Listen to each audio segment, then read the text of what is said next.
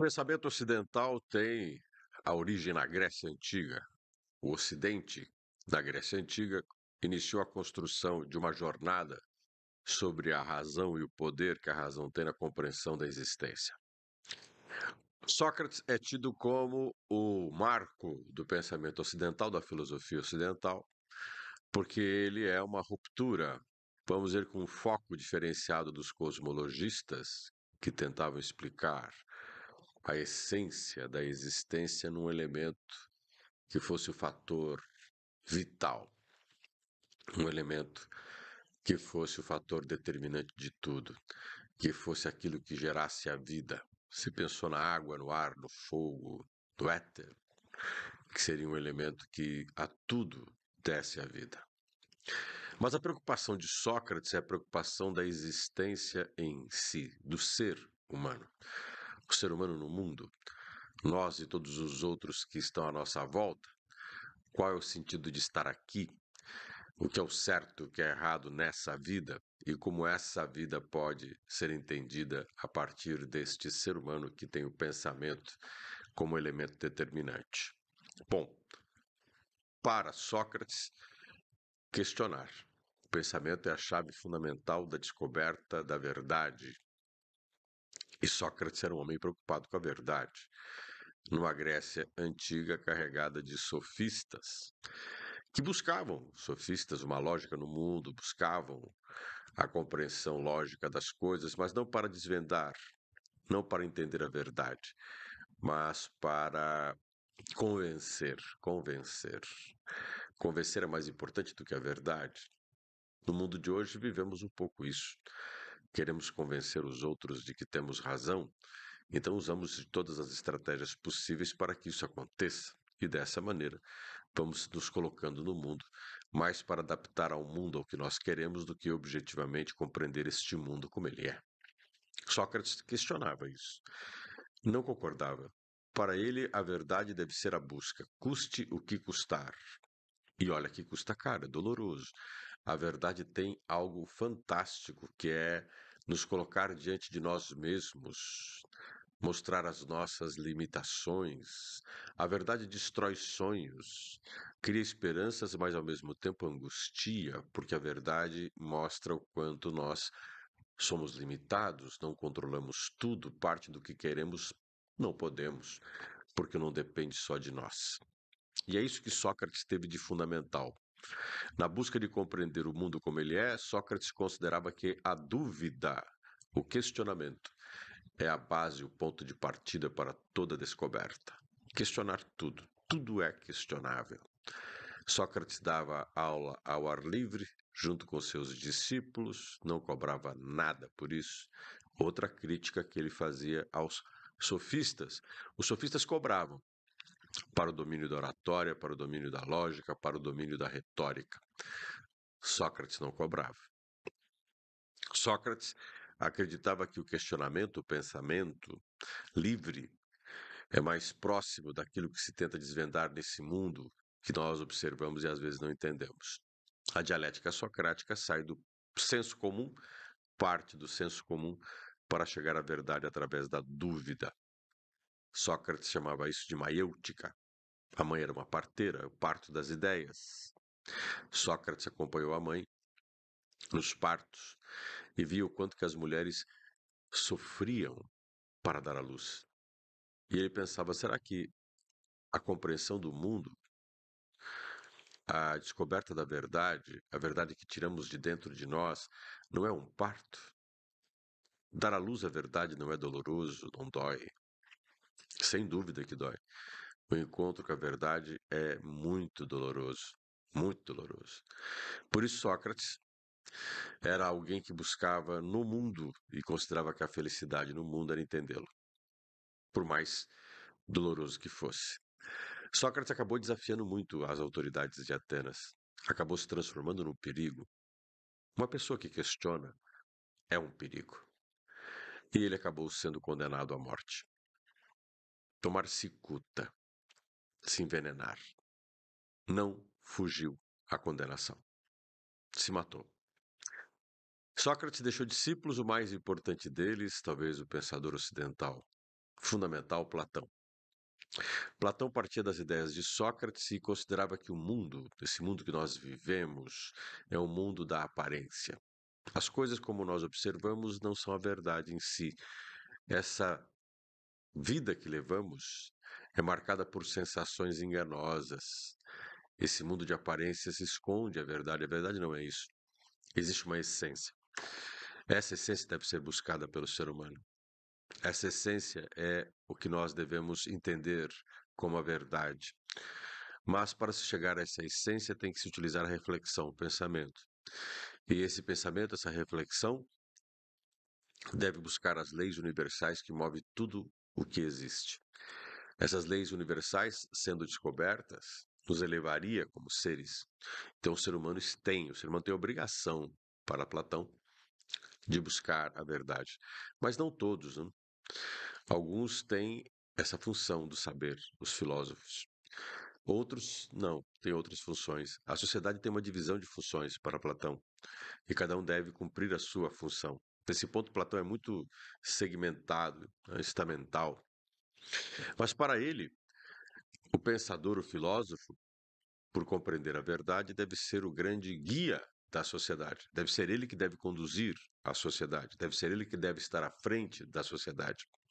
Para Platão, este pensador, o filósofo, ele deve ser o governante. É como um corpo, né? O corpo tem a mente, que pensa, que reflete, que conduz, e o restante do corpo obedece. Cada membro do corpo tem sua função. Então, as partes do corpo devem seguir aquilo que a mente conduzir. Para Platão, a sociedade é isso. A sociedade tem funções distintas e cada um dos elementos sociais deve cumprir sua função a melhor possível. E para Platão, talvez a obra de Platão que melhor resume seu pensamento é a Alegoria da Caverna, onde Platão fala de homens presos dentro da caverna, olhando para a parede da caverna, aonde, nesta parede, reflete sombras. As pessoas que estão dentro da caverna, não, que são sombras, consideram que aquilo é verdade. E aquelas sombras são enormes, monstruosas, as pessoas temem aquilo. Contudo, uma pessoa dessas que estão presas na caverna se liberta e vai até a entrada da caverna.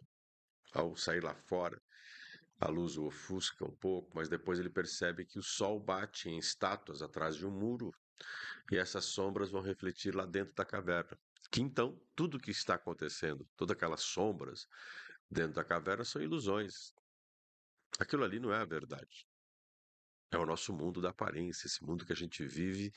Para Platão seria o mundo das sombras. Estamos no mundo das sombras. O verdadeiro mundo, a verdade. O que faz esse mundo ser como ele é o sol refletindo nas estátuas. Mas para poder entender isso, para poder compreender isso, nós temos que sair da caverna. Quantos teriam coragem de sair da caverna? Consciência, entender as coisas como são. Platão fundou uma escola, a Escola de Atenas. Nela, o seu mais brilhante aluno, que não era ateniense, não era grego, era macedônico, Aristóteles. Aristóteles é um cientista. Aristóteles é um químico, um botânico, é um astrônomo, alguém que pesquisa.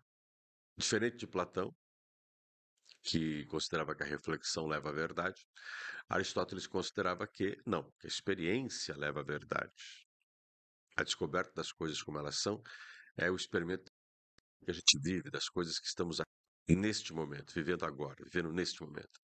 Para Aristóteles é o buscar na observação deste mundo que vivemos, dessa condição que temos, das coisas como elas ocorrem, da natureza como se dá, que nós vamos entender sua lógica, suas leis e vamos desvendar a verdade. Então, Aristóteles é um homem da experiência, um homem da pesquisa, é um homem do conhecimento, é um homem daquilo que nós temos hoje, né? Um homem pesquisador. Ele está ligado ao método, que nós chamamos de silogismo. Então, para Aristóteles, não é simplesmente observar por observar. Nós temos que conhecer o que estamos observando, temos que entender o que estamos observando. Há critérios, há regras para observar esse mundo. Tem que se compreender esse mundo por regras. E esse silogismo implica na observação, na análise. da comparação, comparar os fenômenos, principalmente suas diferenças, entender suas funções, categorizar esses fenômenos, selecionar esses fenômenos, colocar em escala de valor, maior, menor, ordenar esse mundo a partir da experiência que se tem nele. Então, Aristóteles é alguém preocupado em compreender esse mundo pela pesquisa, pela experiência empírica, pela objetividade. O pensamento aristotélico é a base da ciência e do conhecimento que nós temos. Para Aristóteles, o homem é importante, o ser humano é importante. Considerava ele que o ser humano é um ser político. Vivemos numa sociedade e temos que criar, dentro dessa sociedade, meios de convivência um com o outro, temos que criar meios de podermos conviver uns com os outros, de podermos criar uma condição mínima de convivência comum, e para isso a democracia era a melhor forma de governo para ele. Não haveria outra forma que não fosse a democracia. A democracia é a maneira com que nós podemos discutir as diferenças, chegarmos a um determinado, entre aspas, consenso, ou pelo menos criar um equilíbrio entre os interesses pessoais e os interesses coletivos. Aristóteles acabou não herdando de Platão a Academia de Atenas. Ele voltou para Macedônia, você deve conhecer essa parte da história. Ele foi tutor, mentor de Alexandre o Grande, o imperador macedônico. O pai de Aristóteles era envolvido com a corte da Macedônia e Aristóteles acabou sendo escolhido para ser o tutor, o educador de Alexandre. Imaginou ter um professor como Aristóteles? Magnífico, né? Enfim, Aristóteles voltou para Atenas, depois que os macedônicos conquistaram a Grécia. Alexandre deu plena autoridade e autonomia a Aristóteles para escolher o que quisesse. Ele fundou o Liceu, uma escola que concorreu com a escola platônica. Talvez um pouco de despeito com seu mestre, por não ter herdado do mestre a academia. O pensamento ocidental também tem uma influência, o pensamento ocidental recebe influência do pensamento cristão. Platão e Aristóteles influenciaram dois pensadores cristãos importantes, Santo Agostinho e São Tomás de Aquino. Santo Agostinho foi um platônico. Santo Agostinho defendia a lógica de que há dois planos, o tempo de Deus e o tempo dos homens. Nós vivemos, é claro, no tempo dos homens, esse tempo dos homens que tem um começo e tem um fim, esse tempo dos homens que tem uma origem e tem um final, esse tempo dos homens que tem a Gênesis, na Bíblia, e o Apocalipse. Então o ser humano vive sabendo que, pelas Sagradas Escrituras, por vontade de Deus, o fim chegará. Então, nosso tempo na Terra tem dias contados e nós estamos aí caminhando, cada vez chegando mais próximos deste fim. E Deus, na sua cidade eterna, no seu tempo eterno, tempo que nunca acaba, Deus determina a existência aqui na Terra. Então, na prática, o que acontece aqui é uma vontade divina, o que existe aqui é uma vontade de Deus. O que acontece na Terra é apenas um desdobramento de uma história que já está predestinada. Já temos uma predestinação. Cada um de nós segue no roteiro da existência aquilo que deve seguir. Então, os seres humanos estão condenados a ser aquilo que efetivamente devem. Deus está nas rédeas de tudo. O ser humano vive aqui, então, nesse mundo, uma expressão da vontade divina. O ser humano é a vontade divina. O ser humano é a expressão de Deus. O ser humano é a condição que Deus gerou. O ser humano é aquilo que Deus determinou para este homem. E assim, a situação deste homem na terra desdobra-se segundo Deus quer.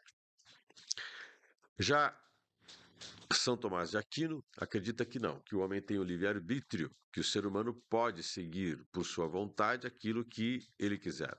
Deus, na prática, apenas objetivamente, criou o homem, mas o homem é autônomo para dar à sua vida aquilo que deseja. Então não há uma predestinação. O que existe é um ser humano capaz de conduzir a si mesmo, chegando ou não a Deus.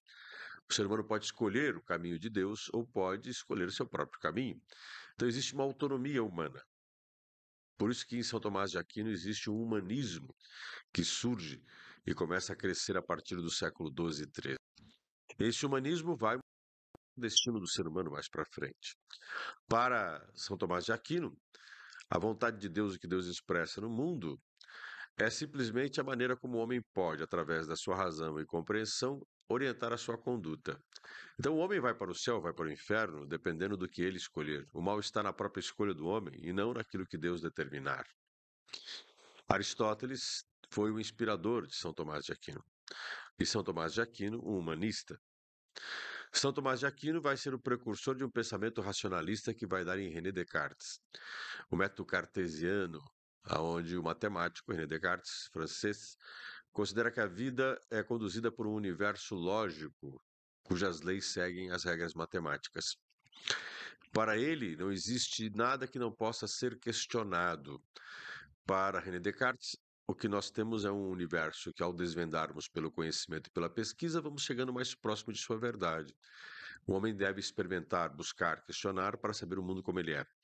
Porém, não há nenhum Deus determinante nesse mundo. O que há é a potência da razão humana para entender as coisas como são. Por isso que para René Descartes, tudo pode ser duvidado, tudo pode ser questionado, a mente pode questionar tudo, e isso é fantástico.